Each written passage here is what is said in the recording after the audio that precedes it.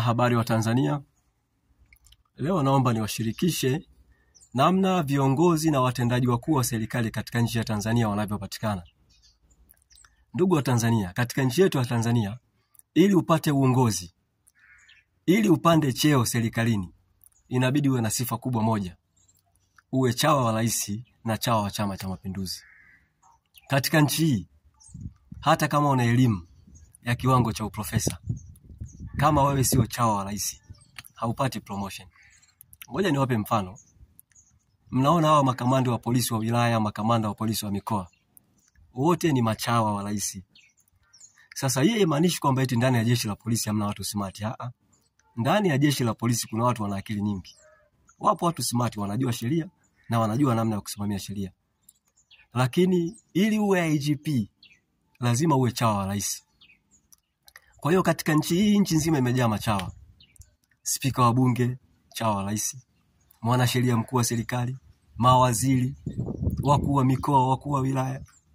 Yaani kwa kifupi nchi imejaa machawa wa rais. Sasa chawa ana kazi kubwa 3. Kazi ya kwanza kumsifia na kumtetea rais. Kazi ya pili kuitetea serikali. Kazi ya 3 kuitetea CCM. Asije akakongopea mtu. Hakuna chawa ambaye yuko pale kwa ajili ya kutetea maslahi ya taifa. Hakuna chawa ambaye yuko pale kwa ajili ya kutetea maslahi ya wananchi. Ukiona chawa anatetea maslahi ya wananchi, wewe ujue kwamba hakuna mgongano wa kimaslahi kati ya rais na wananchi. Niwape mfano. Uliona ile tarehe 29 mwezi Oktoba, wananchi waliandamana kwa lengo la kupinga uchaguzi, wakapigwa risasi kama kuku. Kwa nini waliuawa? Waliuawa kwa sababu makamanda wa polisi wa wilaya na makamanda wa polisi wa mikoa, waziri wa mambo ya ndani na vyombo vingine vyote vya ulinzi wa usalama viko upande wa rais. Yaani kwao rais ni bora kuliko raia. Sina uhakika kama unanielewa. Kwa hiyo kwa Tanzania tunasema promotion is based on chawaness. Ili upate promotion Tanzania lazima uwe chawa.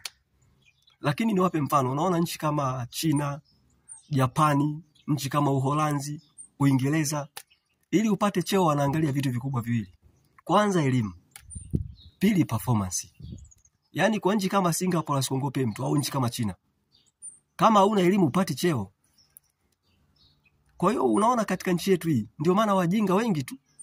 Unashangaa mbona huyu mjinga kabisa lakini ana cheo kikubwa. Kwa nini? Kwa sababu si chawa. Kwa nini? Kwa sababu rais ndio anateua. Na hiyo ni moja kati ya sababu kwa nini Tanzania ni maskini. Sasa labda tuzungumze kwa ufupi baraza la mawaziri.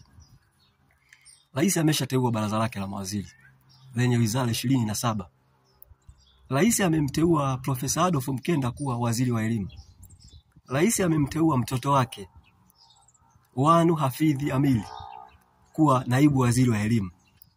Sasa hapa tulitakiwa sisi tumuulize rais ametumia vigezo gani kumteua mwanae kuwa waziri wa elimu, kuwa naibu waziri wa elimu? Rais ametumia vigezo gani kumteua mtoto wake kuwa naibu waziri wa elimu?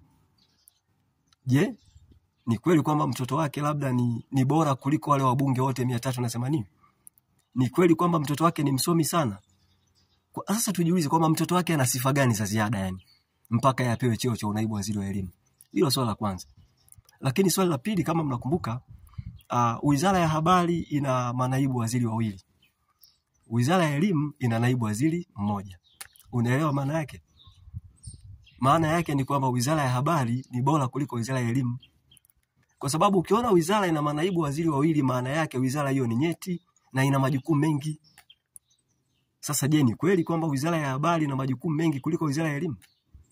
Sasa kwa nini wizara ya elimu hiyo ina naibu waziri mmoja? Sasa ndugu wa Tanzania, mimi nihitimishe kwamba kimsingi nchi yetu imegawanyika. Na imegawanyika kwa sababu machawa, wale watu wanaosema uongo, wanaoisifia serikali hata pale mahala ambapo haistahili kusifiwa, ndio wamepewa airtime. Kwanza wao ndio wanateuliwa wanakuwa viongozi, lakini ndio wamepewa airtime kwenye vyombo vya habari. Kwa sasa hivi wanaoiongopea nchi ndio wanasikika zaidi kuliko wanaoongea ukweli.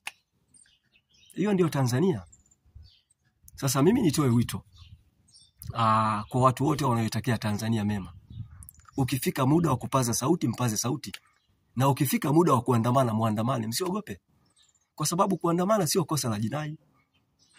Na wala kuandamana sio dhambi. Na wala kuandamana sio kuvunja sheria.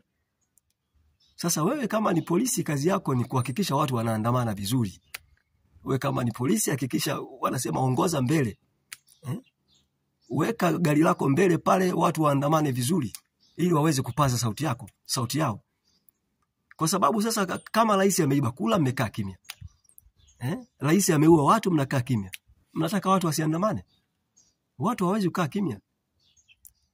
Mungu ibariki Afrika, Mungu ibariki Tanzania. Asanteni kwa kunisikiliza.